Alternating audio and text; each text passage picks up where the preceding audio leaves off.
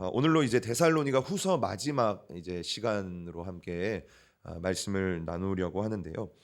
지난주에 말씀드렸던 것처럼 데살로니가 후서는 크게 두 가지의 주제를 가지고 있습니다. 하나는 그리스도인이 가져야 되는 바른 재림관, 주님이 언제 오시는가, 어떻게 오시는가에 대한 올바른 재림관이 있어야 되고, 두 번째 큰 주제는 그리스도인이 가져야 되는 바른 생활관, 그런 재림을 기다리는 성도의 삶은 어때야 되는가에 대한 내용이 이제 큰 주제다라고 말씀드렸는데요. 오늘 이제 데살로니가 후서를 마무리하는 이 3장 6절에서 18절까지의 내용은 생활에 대한 내용입니다. 그럼 그리스도인은 어떠한 삶의 모습을 가져야 되는가, 어떠한 삶을 살아야 되는가, 그 삶에 대한 얘기를 우리가 함께 살펴보면서 그렇다면 나의 삶은 어떠한가, 우리의 삶은 이 성경적인 삶을 우리가 살고 있는가 함께 살펴보는 그러한 시간을 가지도록 하겠습니다. 성도의 삶은 너무나 중요하다라고 할 수가 있습니다. 이런 말이 있더라고요. 우리의 신앙과 우리의 믿음은 내가 살아가는 삶의 현장에서 증명된다라는 말이 있습니다. 내가 가지고 있는 신앙, 내가 가진 하나님을 향한 믿음은 어디에서 검증되냐면 교회에서 검증되는 게 아니라 우리의 삶의 자리에서 검증된다라는 그러한 말이 있습니다. 우리가 아무리 교회에서 기도를 많이 하고 성경을 수십 번 읽고 봉사와 헌신, 믿음이 좋다라고 이야기를 해도 그걸로 우리의 신앙이 증명되는 것이 아니라 우리의 신앙은 가정에서의 나의 모습, 남편을 대하는, 아내를 대하는, 또한 자녀를 대하는 나의 모습을 통해서, 그리고 직장에서의 나의 모습을 통해서, 그리고 내가 집사이고 권사이고 내가 전도사고 강도사인 것을 전혀 모르는 이웃들과의 관계 속에서 나의 믿음과 신앙이 증명된다라는 그러한 말을 어떤 분이 하시는 것을 보았습니다. 이처럼 그렇기 때문에 우리의 삶이라는 것은 참으로 중요하다라는 거죠. 내가 예수님만 잘 믿으면 되지, 삶은 아무렇게나 살아도 되지가 아니라 내가 예수님을 잘 믿는다면 삶 속에서도 충실하고 성실하고 올바른 삶의 모습을 그리스도인이 가져야 된다라는 것입니다. 그래서 삶은 우리의 믿음과 신앙과 굉장히 가까운 연관이 있다라는 것이죠. 그런데 오늘 말씀에서 이 데살로니가 교회 안에 일부 성도들은요, 이러한 신앙과 삶의 균형을 이루는 것을 이렇게 실수를 하는 그러한 모습들을 볼 수가 있습니다. 일부의 성도들이 어떠한 모습이 있었냐면, 여러 번 말씀드렸지만 주님의 재림, 그러니까 신앙적인 부분인 것이죠. 그것을 너무나 강조한 나머지 삶을 포기한 사람들이 있었습니다. 일상을 버려버린 사람들이 있었던 것이죠. 그들은 가정도 포기하고 직장도 포기하고 사람들과의 관계도 다 끊고 그러면서 떠돌아다니면서 주님의 재림만을 기다리는 그러한 사람들이 있었다라는 것입니다. 그러한 일부 성도들에게 사도 바울은 오늘 편지를 쓰면서 신앙과 삶의 균형을 잃어버린 그러한 성도들에게 권면의 메시지를 오늘 마지막으로 하고 있습니다. 그러니까 그리스도인이라면 이러한 삶을 살아야 된다라는 것을 성도들에게 가르치고 있는 것이죠. 자, 첫 번째로 사도 바울은 성도들에게 무엇을 말하고 있냐면요, 첫 번째로는 배운 대로 행하는 삶을 살아라라고 이야기를 하고 있습니다. 우리 함께 데살로니가 후서 3장 6절 말씀을 한 목소리로 한 번 더 읽어보도록 하겠습니다. 형제들아, 우리 주 예수 그리스도의 이름으로 너희를 명하노니 규모 없이 행하고 우리에게 받은 유전대로 행하지 아니하는 모든 형제에게서 떠나라. 아멘. 사도 바울은 6절의 말씀을 통해서 이렇게 이야기를 합니다. 유전대로 행하지 아니하는 모든 형제에게서 떠나라라고 말합니다. 여기서 말하는 유전이라는 것은요, 전수하다 또는 전수받다라는 그러한 의미가 담겨져 있습니다. 무엇을 전수받고 무엇을 전수하는 것입니까? 사도들을 통해서 예수님의 말씀을 전수하는 것이죠. 그 당시에는 성경이 이렇게 정확하게 갖춰져 있지 않기 때문에 사도들을 통해서 또는 예수님의 제자, 그런 사람들을 통해서 하나님의 말씀, 예수님의 말씀을 성도들이 듣고 배우는 것입니다. 사도들이 데살로니가 성도들에게 이러한 하나님의 말씀, 예수님의 말씀을 유전한 것입니다. 가르쳤습니다. 그런데 일부 성도들이 그 가르침 받은 말씀대로 행하지 아니한 것이죠. 그래서 그들에게서 떠나라라고 사도 바울이 이야기를 하고 있는 것입니다. 왜 일부 성도들이요, 그렇다면 그러한 잘못된 가르침을 받아서 잘못된 재림관으로 자신의 삶을 망가뜨리고 교회를 혼란시키는 그러한 일들을 벌였을까요? 사도 바울은 그들이 왜 그렇게 잘못된 길을 갔는가, 그 이유는 무엇이냐면 배운 대로 행하지 않았기 때문이다라고 이야기를 하고 있습니다. 사도들에게 배운 대로, 하나님의 말씀을 배운 대로 그대로 행하지를 않았던 것이죠. 그래서 잘못된 이단에 빠지고 잘못된 가르침에 휩쓸려서 잘못된 삶을 살았다라고 사도 바울은 이야기하고 있습니다. 이러한 문제는요, 우리가 재림의 부분만 해당한다라고 할 수가 없습니다. 우리 모두의 삶에 이것이 적용이 될 수가 있는 것이죠. 우리는 어떻게 살아야 됩니까? 성경에 배운 대로 우리는 살아야 된다라는 거죠. 하나님이 말씀이 우리에게 말씀하시는 대로 우리는 살아야 한다라는 겁니다. 성경은 분명히 이렇게 우리에게 이야기를 하고 있는데, 우리는 세상과 자주 타협하기도 하고, 또는 나에게 있어서 좀 불편한, 나의 어쩌면 약점을 건드리는 그러한 말씀들은 우리가 조금 거리를 두고, 또는 내 잘못된 그러한 모습들에 있어서는 핑계를 대고 이유를 대면서 하나님의 말씀대로 살아가는 것을 우리가 잘 못 지킬 때가 있다라는 것입니다.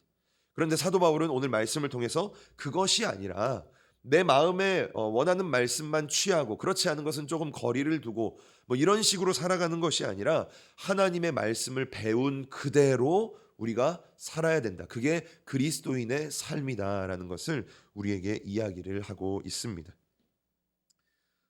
이러한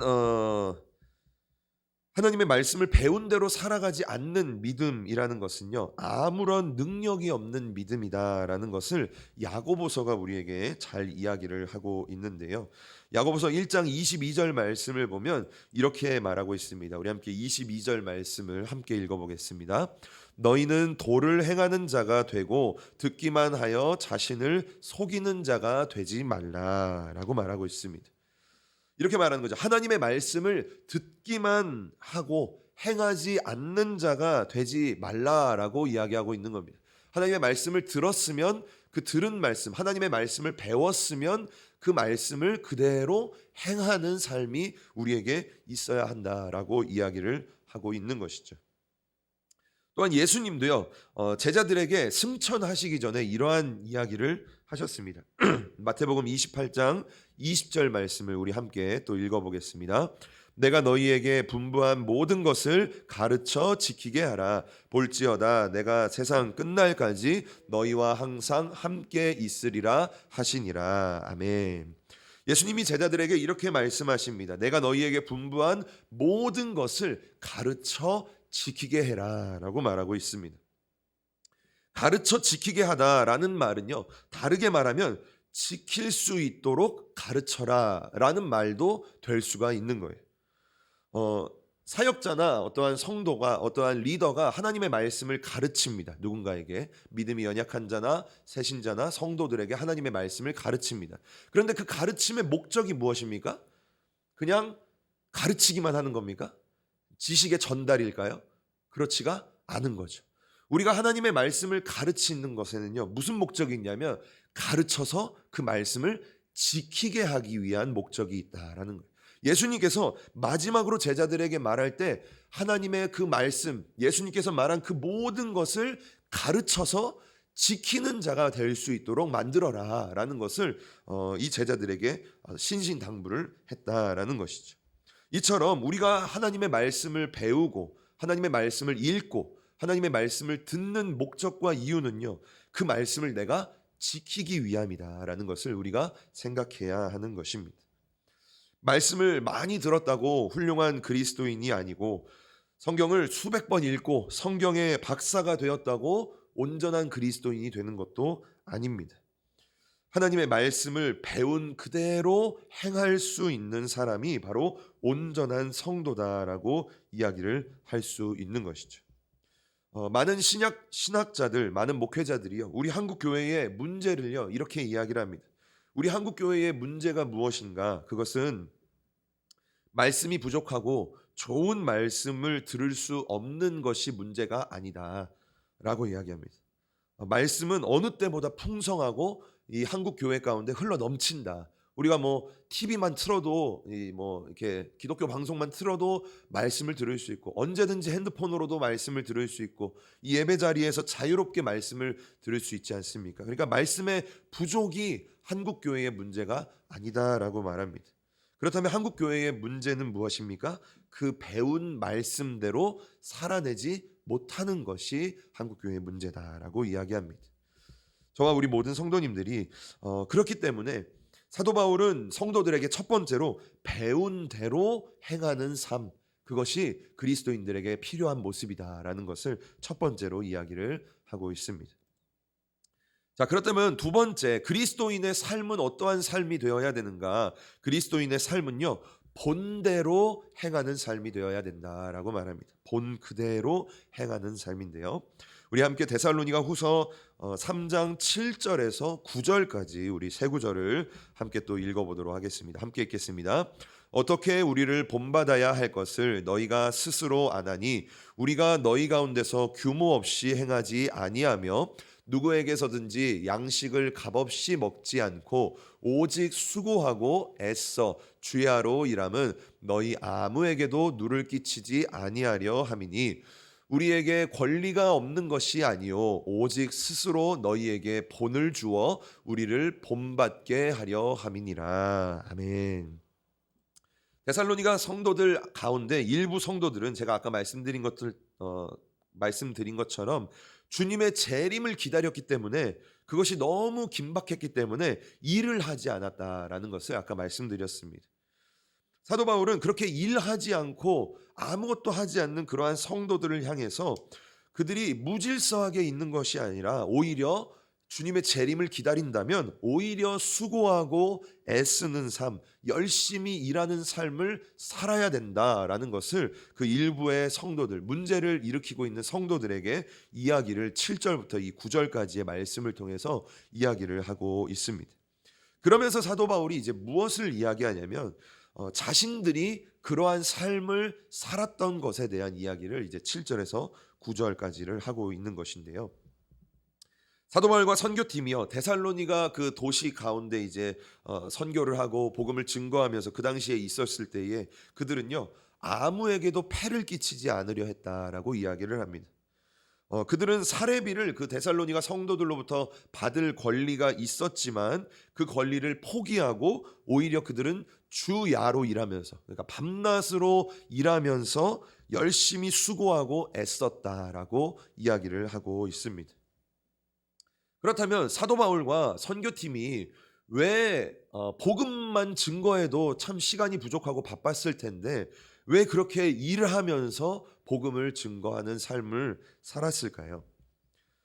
그 말씀의 이유는요, 마지막 부분을 보면은 그들에게 본을 보이기 위함이다라고 이야기를 하고 있습니다. 그들이 사례비를 받지 않고 자신이 그냥 열심히 일해서 자신이 번 돈으로 복음을 증거한 이유가 무엇이었냐면 그들에게 본을 보여주기 위함이다라고 이야기를 하고 있습니다. 그리고 성도들이 그들이 보여줬던 그 모습 그대로를 본받아서 성도들도 열심히 일하는 그러한 삶을 살기 위함이다라고 사도 바울이 이야기를 하고 있는 것이죠. 우리는요 본받는 삶을 살아야 된다라는 것이죠. 올바른 그리스도인이라면 본받는 삶을 살아야 된다라는 것입니다. 저희 집에는요 세 자녀가 있는데 막내가 이제 2돌을 조금 지났습니다. 그래서 근데 이제 그 아이를 보면요 참 조심스럽기도 하고 이게 대견하기도 한 부분이 무엇이냐면, 아이들은 어떻습니까? 자기들이 본 그대로를 행동으로 이제 따라한다라는 것이에요. 저희 셋째가 가끔씩 이렇게 처가댁을 갔다 오면요, 저희 집에서 이게 갔다 왔는데 저희 집에서 뒷짐을 지고 돌아다니는 거예요. 애가 뒷짐을 지고 막 집을 이렇게 돌아다니고, 왜 이렇게 얘가 뒷짐을 지고 돌아다니지라고 생각을 했는데, 자세히 보니까 왜 그러냐면 처가댁에 우리 장인어른이 이제 걸어 다니시거나 이게 돌아다니실 때 뒷짐을 지고 돌아다니는 거예요. 그거를 그 아이가 이제 보고 좋아 보였는지 이제 집에서도 이렇게 뒷짐을 지고 막 애가 이렇게 돌아다니는 그러한 모습을 봤습니다. 마찬가지죠. 첫째, 둘째 아이의 모습을 봐도요. 정말 부모로서 참 조심스럽습니다. 왜냐하면 그 첫째, 둘째 아이들도요. 부모의 모습을 그대로 따라하기 때문이에요. 저희의 말투나 저희의 행동이나 저희의 습관이나 저희의 많은 것들을 아이들이 그대로 따라하고, 아이들의 노는 모습을 보면요. 저희 부모의 모습이 막 그대로 이렇게 보여지는 것을 우리가 느끼게 됩니다. 그렇죠. 아이들은 부모의 모습을 그대로 따라서 그들도 살아가는 그러한 모습을 가집니다. 사도 바울은 오늘 이 데살로니가 성도들, 그리고 더 나아가서 우리들에게 무엇을 이야기하냐면, 제가 방금 말씀드렸던 그러한 아이들처럼 자신들이 본 그대로 누구를 우리는 봐야 됩니까? 우리의 신앙의 선배들을 봐야 되고, 또한 우리의 모범이 되신 예수님을 닮아야 되는 것이죠. 그들을 그대로 우리가 그 믿음의 좋은 모습들, 좋은 습관들을 우리가 그대로 행하는 삶을 살아야 된다라는 것을 우리에게 두 번째로 이야기를 하고 있는 것입니다. 사도 바울은 평소에도 성도들에게 모범이 되는 삶을 참 많이 보여주었습니다. 그리고 성경에서도 심지어 나를 본받아라 라는 그러한 성경 편지의 내용도 자주 쓰는 모습을 보이는데요. 고린도전서 4장 16절을 보면 사도 바울이 성도들에게, 고린도 교회 성도들에게 이렇게 말합니다. 그러므로 나는 여러분에게 권합니다. 여러분은 나를 본받는 사람이 되십시오. 어떻게 이렇게 당당하게 이야기할 수 있을까요? 그러니까 사도 바울이 자신이 생각하기에 자신의 신앙 양심적으로 하나님 앞에 부끄러움이 없고 성도들에게 부끄러움 없는 그러한 삶을 사도 바울이 살았다는 것을 우리가 알 수가 있는 것이죠. 고린도전서 11장 1절에서도 사도 바울은 이렇게 말합니다. 내가 그리스도를 본받는 사람이 된 것 같이 여러분은 나를 본받는 사람이 되십시오라고 말합니다. 사도 바울은 성도들에게 예수님을 보여줄 수는 없었습니다. 그래서 무엇을 보여줬습니까? 자신의 모습을 보여준 거죠. 예수님의 모습을 닮은 나의 모습을 보여주면서 성도들에게 나를 닮으십시오. 그러면 예수님을 본받을 수 있을 것입니다 라고 당당하게 이야기를 하는 것입니다. 신앙과 삶의 균형이 있는 그리스도인의 삶의 모습은 어떻습니까? 내가 듣고 내가 배우고 내가 본 것을요 그대로 본받는 사람이다라는 것을 우리가 기억해야 될 것입니다. 먼저는 우리가요 예수님을 본받고 신앙의 선배들을 본받아야 될 것입니다. 그리고 더 나아가서는 이제는 누가 본이 돼야 됩니까? 내가 본이 돼야 되는 거죠. 내 모습을 보면서 신앙의 후배들이 나의 믿음의 모습을 보면서 닮을 수 있도록 내가 이제는 본이 되는 그러한 사람이 되어야 한다라는 것입니다. 자, 사도 바울이 두 번째로는 무엇을 말했습니까? 본받는 삶을 살아야 된다라는 것을 이야기했고요. 그리고 세 번째, 신앙과 삶의 균형이 있는 그리스도인의 모습은 무엇이냐? 세 번째는요, 책임 있게 행하는 삶을 살아야 된다. 그게 그리스도인의 모습이어야 한다라고 이야기를 하고 있습니다. 우리 함께 데살로니가후서 3장 10절에서 12절까지의 말씀을 또 한번 자세히 살펴보시면서 함께 읽도록 하겠습니다. 함께 읽습니다. 우리가 너희와 함께 있을 때에도 너희에게 명하기를 누구든지 일하기 싫어하거든 먹지도 말게 하라 하였더니 우리가 들은즉 너희 가운데 규모 없이 행하여 도무지 일하지 아니하고 일만 만드는 자들이 있다 하니 이런 자들에게 우리가 명하고 주 예수 그리스도 안에서 권하기를 종용이 일하여 자기 양식을 먹으라 하노라. 아멘. 주님의 재림만을 기다렸던 그러한 일부의 성도들은요 일을 하지 않았습니다. 일을 하지 않으니까 뭐가 없었을까요? 돈이 없었겠죠. 돈이 없으니까 무엇을 못 먹었을까요? 음식을 못 먹었습니다. 그래서 굶주리고 가난하고 곤고한 삶을 그 성도들이 살았다라는 거죠. 그래서 그러한 문제를 일으켰던 그 일부의 성도들이요 먹을 게 없으니까 어떻게 행동을 했냐면, 저번에도 말씀드렸지만 성도들의 집을 돌아다니면서 이렇게 찾아간 거예요. 오늘은 김 집사, 내일은 이 집사, 이렇게 찾아가는 거예요. 내일은 누구 이렇게 찾아가면서 음식을 얻어먹는 그러한 행동을 벌였다라는 것이죠. 그런데 하루 이틀은 괜찮죠. 그렇죠? 한 번, 두 번은 뭐 성도들에게 내 교회 성도들인데 대접할 수 있죠. 그런데 점점 이러한 일들이 쌓이고 한 달이 되고 몇 달이 되고 이러다 보니까 성도들과의 관계가 불편해지기 시작한 것입니다. 그리고 그들 가운데 어떠한 일이 생겨났냐면요. 잘못된 재림관을 가지고 있는 성도들은요. 그렇지 않은 성도들을요. 그들에게 신세는 지지만 믿음이 없어. 저 사람들은 주님 오실 날도 기다리지 않고 저렇게 세상에서 살아가고 믿음이 없어라고 비난을 했습니다. 그리고 음식을 제공했던 그러한 성도들은 어떠한 마음을 가졌을까요? 그들이 우리를 비난하니까 음식을 제공했던 성도들도 저들은 믿음을 핑계로 일도 안 하고 우리 집에 와서 이렇게 얻어먹고 그러면서 우리들은 정죄하고 그러한 모습들 때문에 성도들 간에 자꾸만 트러블이 생기게 된 것입니다. 그리고 교회가 혼란스럽고 분열이 나기 시작한 것이죠. 지금도 이러한 잘못된 신앙관을 가진 성도들이 일부가 있는 것 같습니다. 신앙이나 믿음을요, 도깨비 방망이처럼 생각을 하는 것이죠. 자신의 삶을 충실하게 살지 않으면서 하나님께서 모든 것을 다 하시기를 바라는 그러한 마음들을 가진 사람들이 있다라는 것입니다. 기도와 말씀을 내가 기도하고 내가 말씀을 본다라는 그러한 이유 때문에 나에게 주어진 하루하루라는 그러한 일상, 거룩한 삶을 이렇게 회피해버리는 그러한 성도들이 우리에게 있는 것이죠. 제가 과거에 몇 년이 됐는지는 잘 모르겠는데요. 뉴스에서 이러한 일을 본 적이 있습니다. 이제 이제 이단인지 정확한 기독교인인지는 정확하게 모르겠어요. 그런데 아이가 아픈 거예요. 가정에 아이가 아픈데 병원에 가지 않고 기도하면 낫는다라는 그러한 신앙을 부모가 이제 좀 잘못 가진 거예요.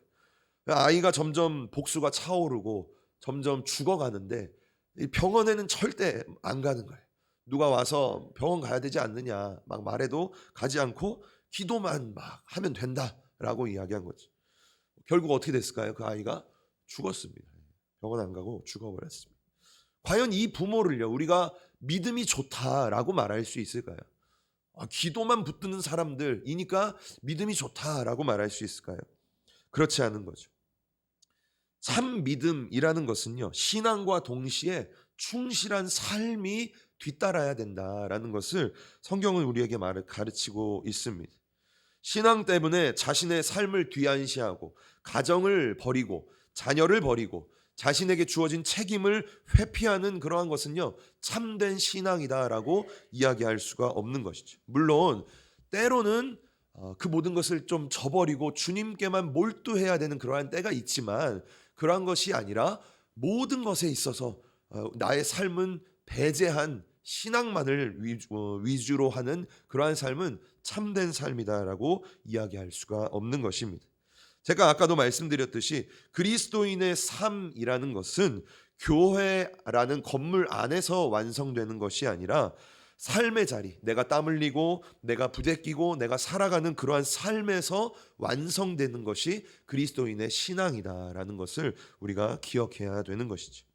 그래서 사도 바울도 오늘 말씀 가운데 그러한 성도들, 삶은 뒤안시하고 신앙만을 쫓아가는 그러한 성도들에게 11절에서 뭐라고 이야기하냐면요, 그러한 사람들은 일만 만드는 자들이다라고 이야기합니다.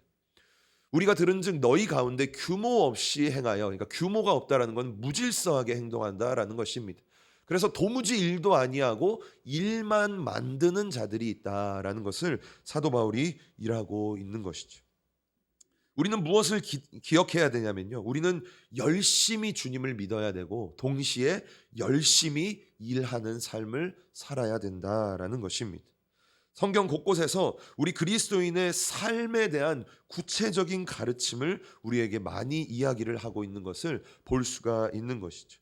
우리에게 신앙적인 것만, 우리에게 말씀과 기도적인 것만 우리에게 가르치는 것이 아니라 우리의 삶의 모습들도 너무나 성경은 우리에게 강조를 하고 있다라는 것입니다.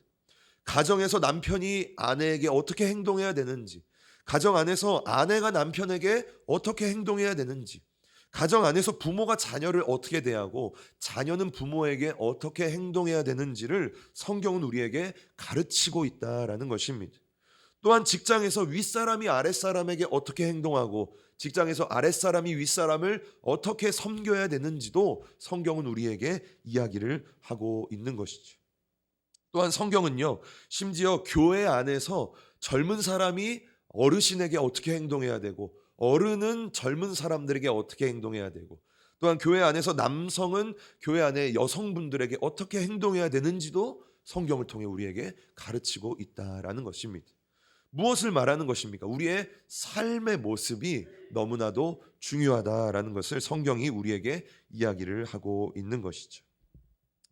우리는 우리의 삶에 책임 있는 삶을 살아야 됩니다. 이 책임 있다라는 것은 우리의 삶을 성실하게, 우리의 삶을 충실하게 살아내는 모습이 우리에게 있어야 한다라는 것이죠. 우리의 게으름에 신앙이라는 탈을 씌우는 것이 아니라 하나님이 우리에게 허락해 주신 나의 직장, 나의 가정, 나의 삶의 자리에서 우리가 충실하게, 우리가 애쓰는 그러한 삶을 살아야 된다라는 것을 성경이 우리에게 가르치고 있는 것입니다. 세 번째 모습은 우리가 책임 있는 삶을 살아야 된다라는 것이었고요. 자, 마지막 네 번째, 성경이 오늘 우리에게 가르치는 그리스도인의 삶은 어떠해야 되는가? 우리 그리스도인의 삶은 선을 행하는 삶이어야 된다라는 것을 사도 바울을 통해 이야기를 하고 있습니다. 우리 함께 데살로니가 후서 3장 13절에서 15절까지의 말씀을 또 한번 읽어보도록 하겠습니다. 함께 읽습니다. 형제들아, 너희는 선을 행하다가 낙심치 말라. 누가 이 편지에 한 우리 말을 순종치 아니하거든 그 사람을 지목하여 사귀지 말고 저로 하여금 부끄럽게 하라. 그러나 원수와 같이 생각지 말고 형제같이 권하라. 아멘.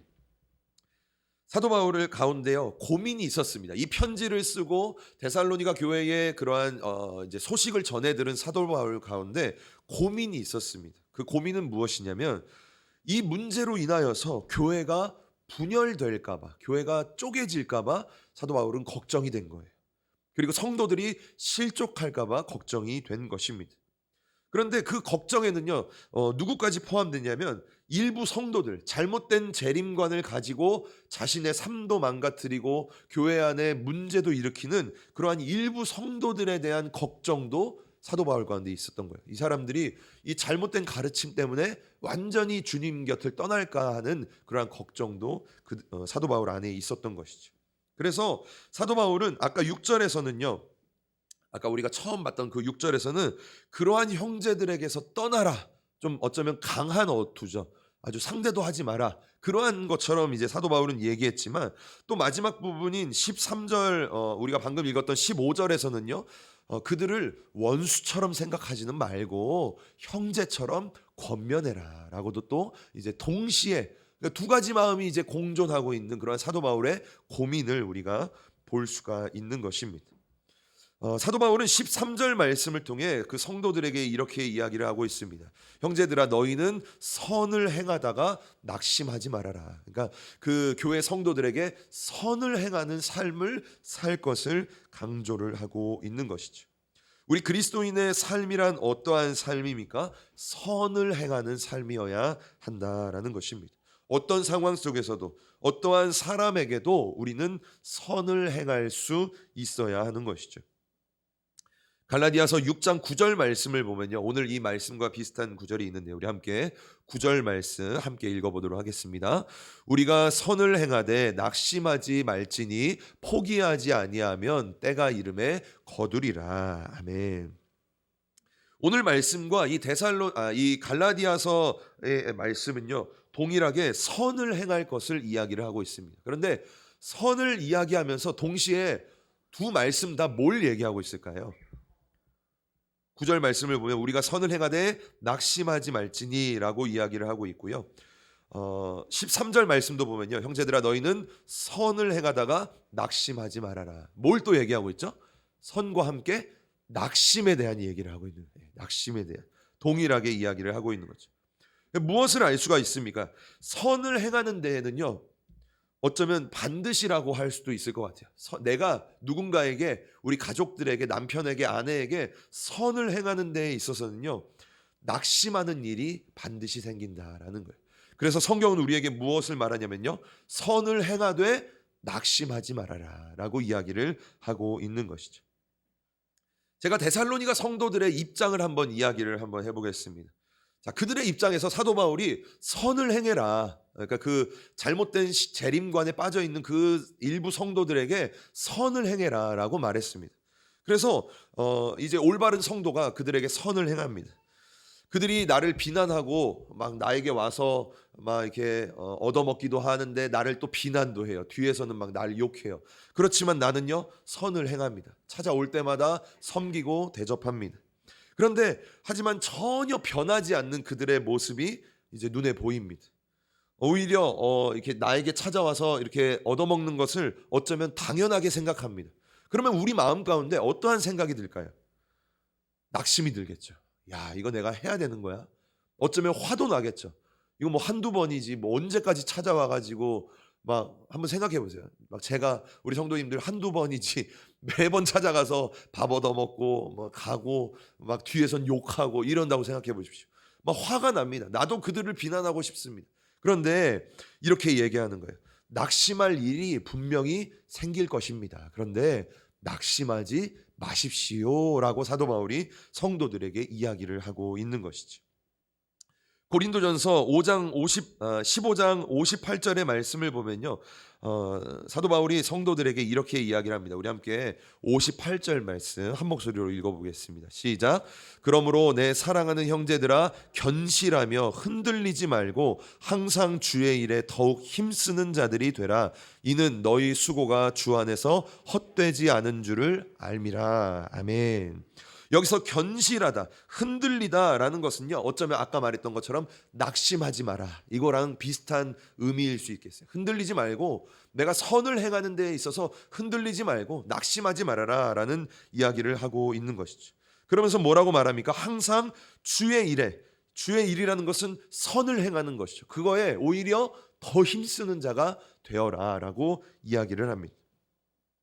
왜 우리가 더욱더 그 낙심하지 않고 선을 행하는 거에 힘써야 된다라고 말합니까? 이 58절 하반절 말씀을 보면요, 우리가 행하는 그 모든 수고들이요, 주님 안에서 헛되지가 않기 때문이다라고 성경은 우리에게 이야기를 하고 있는 것이. 아까 봤던 갈라디아서의 말씀을 보면요, 때가 이르면 우리는 반드시 거둘 것이기 때문에 낙심하지 말아라, 포기하지 말아라 라고 성경이 우리에게 이야기를 하고 있는 것이죠. 혹시나 우리 성도님들의 삶 가운데 나는 선을 행하고 있는데 전혀 변하지 않는 어떠한 사람이나, 아니면 나는 이렇게 외롭게 섬기고 혼자 봉사하고 있는데 누군가 알아주지 않고, 그러한 모습들이 우리 성도님들 가운데 혹시나 그러한 일들이 있으십니까? 나는 선을 행하고 있는데 오히려 상황이 더 안 좋아지고 열매가 없어서 낙심되는 분이 혹시나 있으십니까? 가정 안에서, 또는 부부의 관계 안에서, 또는 자녀들과의 관계 안에서, 사람과의 관계 안에서 그러한 어려움을 당하시는 성도님들이 혹시나 계실지 모르겠습니다. 그런 분이 혹시나 계시다면, 마음에 낙심이 되는 분이 있으시다면요, 오늘 우리가 이 말씀을 믿음으로 붙들기를 바란다라는 것이, 선을 행하되 낙심하지 말아라 라고 성경은 우리에게 이야기를 하고 있습니다. 포기하지 않으면 때가 이름에 열매를 반드시 거둔다라고 성경은 우리에게 이야기를 하고 있습니다.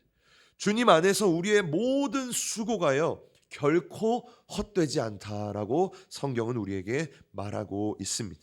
우리는요, 눈에 보이는 상황과 사람과의 관계를 믿는 사람이 아니라 하나님의 말씀을 믿는 사람들이 바로 우리들이다라는 것이죠. 하나님이 우리에게 헛되지 않다라고 이야기하면요, 말씀하시면 우리는 헛되지 않은 것입니다. 하나님이 우리에게 반드시 그 수고를 거둘 것이다 라고 말하면요, 우리는 반드시 그 수고를 거두게 될 것이다 라는 것입니다. 우리 그리스도인의 삶은 어떠한 삶이 되어야 됩니까? 우리는 선을 행하는 삶이 되어야 됩니다. 우리 성도님들이 선을 행해야 되는 것은 무엇일까요? 아까 성경에서 낙심하지 말고 더욱 주님의 일에 힘써라 라고 이야기하지 않습니까? 우리가 더욱 힘써야 될 그 어떤 것은 무엇일까요? 우리 주변에 있는 사람들의 구원의 일, 그것일까요? 아니면 교회에서 하고 있는 헌신과 봉사 충성일까요? 나에게 맡겨진 어떠한 사역의 일일까요?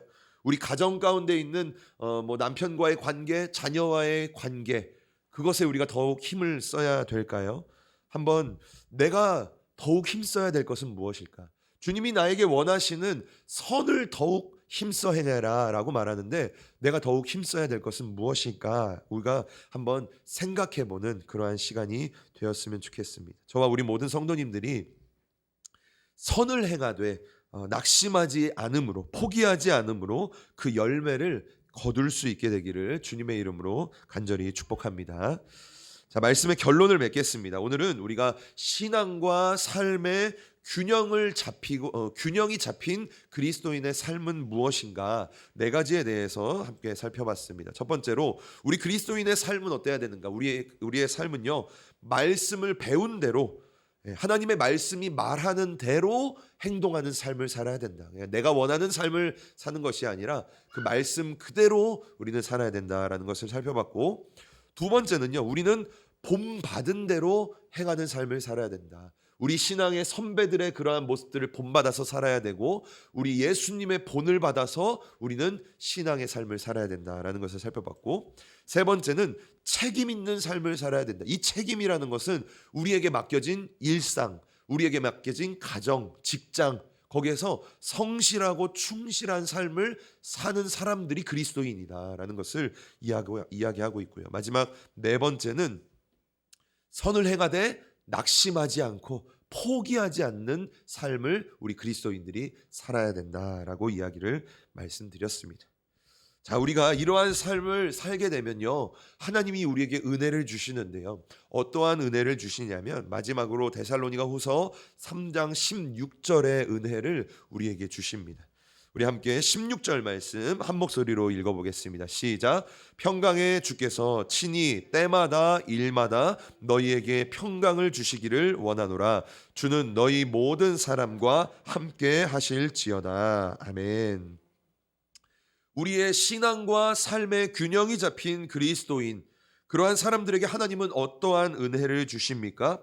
평강을 주시는 우리 하나님께서요, 친히 우리의 때마다, 우리가 하는 일마다 우리에게 평강을 주신다라고 이야기를 하고 있습니다. 우리 모든 성도님들이요, 하나님께서 때마다 일마다 평강을 주시는 은혜가 있기를 축복합니다. 그러기 위해서는요, 우리가 배운 대로 살아야 되고, 모범을 가지고 살아야 되고, 책임 있는 삶을 살아야 되고, 선을 행하는 삶을 살아야 된다라는 것이죠. 이번 한 주 우리에게 주어진 하루하루를요, 우리가 좀 더 가치 있게, 우리가 좀 더 충실하게, 우리가 신앙과 우리의 삶에 균형이 있는 그러한 그리스도인의 삶을 살았으면 좋겠다라는 것입니다. 저와 우리 모든 성도님들이 하나님도 열심히 믿고, 또 우리에게 주어진 일상도 열심히 살아가는 그러한 은혜가 있기를 주님의 이름으로 간절히 축복합니다.